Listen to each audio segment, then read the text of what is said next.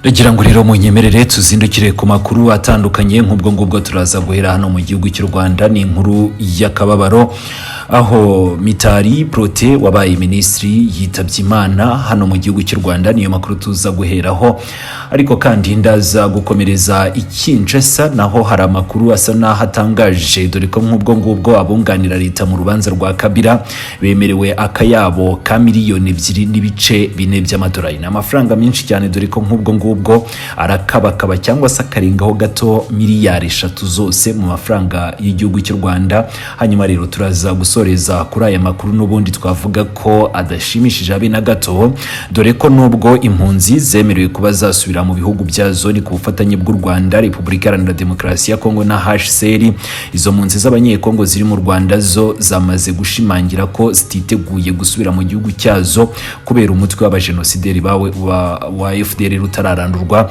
Muri rusange nayo makuru tugiye kuba turebera hamwe 5 kuri 5. Ndagira ngo munyemerere duhere hano mu gihugu cy'u Rwanda ku makuru y'akababaro yemeza ko Protais Mitali wigeze kuba ministri w'umuco na siporo yitabye Imana aguye mu Bubiligi aho yari amaze imyaka 10 atuye. Amakuru agera hano mu gihugu cy'u Rwanda na yuko Mitali yitabye Imana kuri uyu wa gatanu azize uburwayi yaramaranye igihe. Mitali Kambanda Protais yabaye ambasaderi w'u Rwanda muri Ethiopia kugeza mu mwaka wa 2015. Ni imbere yaho yari yarabaye ministri w'umuco na siporo, ministri w'urubyiruko, ndetse yigeze no kuba ministri w'ubucuruzi, inganda, ishoramari n'ubukerarugendo, yewe rero n'amakoperative. Yitabye Imana afite imyaka 62 kuko yavukiye mu yahoze ari prefecture ya Gitarama mu mwaka wa 1963. Ni imbere yo kwinjira muri politiki yabaye umusirikare, ni nyuma abo mudepite.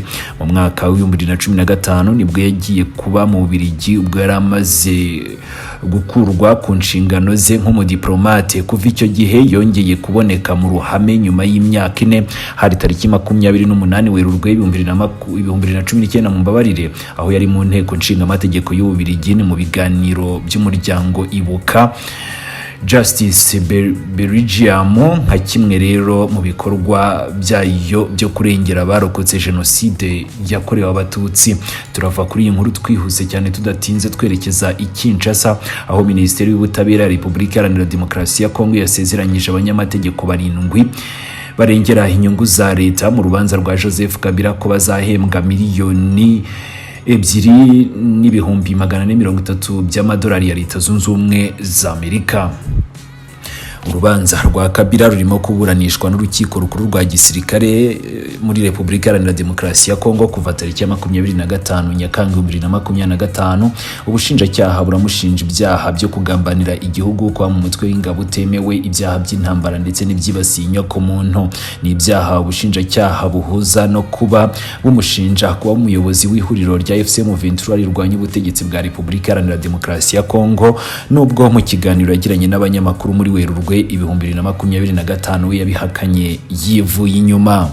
Leta ya Repubulika Iharanira Demokarasi ya Kongo yahaye akazi abanyamategeko 7 kugira ngo barengere inyungu zayo muri uru rubanza, ibasezeranya kubahemba amadolari miliyoni 2.430 y'amadolari ya Leta Zunze Ubumwe za Amerika, harimo n'abemerewe 300,000, 350, 400 by'amadolari. Wenda ushobora kuyumva tuyavuga gutyo, ariko ni za miliyoni 100 tuyashyize mu mafaranga y'igihugu cy'u Rwanda. Ni mu gihe abanyekongo batunguwe no kubona ingano y'ayo mafaranga. Umwe mu banyekongo witwa Maître Jean-Marie Kabengere Ilunga yatangaje ko mu gihe atagera kuri miliyoni 4 z'amadolari yari guhabwa wagombaga gufata Colonel Nanga wa FCM Ventura na bagenzi be atari menshi. Ati mwibuke ko hashize igihe kinini mu kwezi kwa Werurwe tariki ya 7 n'iya 8 mwabonye itangazo rigenewe abanyamakuru ryo wahoze ari Minisitiri w'Ubutabera Constant Mutamba asezeranya miliyoni 4 z'amadolari wafata Pelo Luwala na miliyoni 4 z'amadolari kuwafata Colonel Nanga na Bertrand Bisimwa. Uyu munyamategeko kandi yagaragaje ko urubanza rwa Kabila rukomeye kandi ko ko rwasabye ubushishozi bwinshi kugira ngo we na bagenzi be bashobore kurengera inyungu za leta muri uru rubanza. Maître Kabengere yatangaje ko mu gihe Kabila yatsindwa abanyamategeko ba leta bazatuma ashobora gutanga indishyi ya miliyari z'amadolari zizahabwa leta ndetse n'abandi bagizweho ingaruka n'ibyaha ashinjwa, bityo ko rero nta mukiriya wabo utazahomba rwose. Tukibukiranya ko kuwa 31 Nyakanga urubanza rwa Kabila rwakomeje, ubushinjacyaha bwerekana ibimenyetso birimo amashusho. Urukiko rwanzuye ko ruzakomeza urwo rubanza tariki ya 7 Kanama 2025.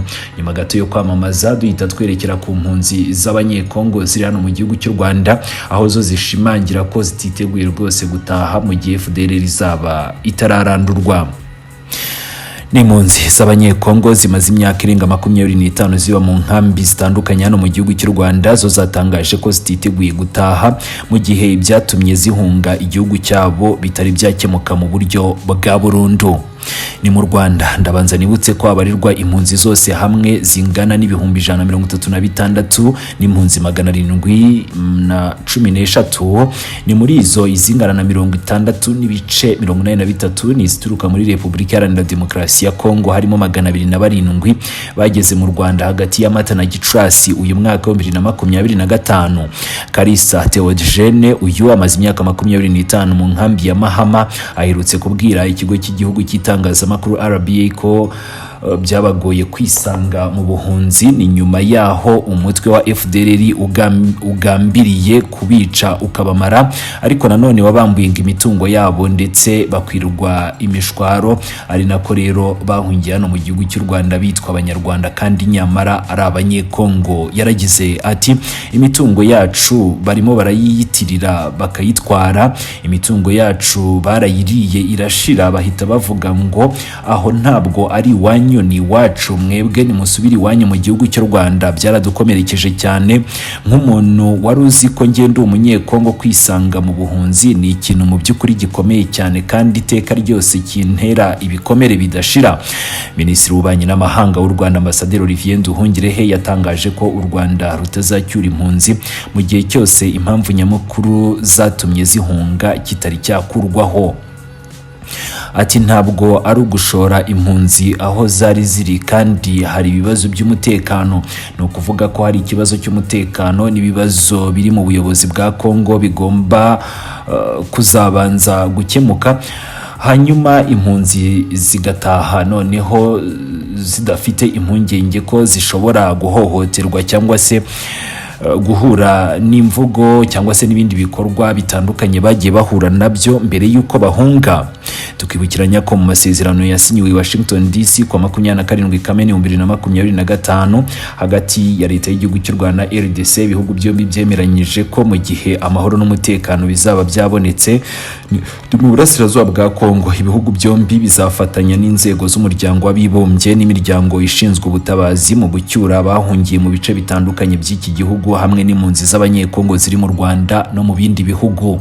Umusesenguzi mu bya politiki Dr. Eric Ndushabandi akavuga ko amasezerano yonyine hagati y'ibihugu byombi kadahagije, kahubwo hagomba no kugaragara uruhare rw'umuryango w'abibumbye kandi ukaba ugomba kubanza kureba niba ibikenewe byose kugira ngo impunzi zitahe byaramaze kuzura, harimo n'icyo kibazo nyine impunzi zakomeje kugaragaza cy'abajenosideri bo muri FDLR.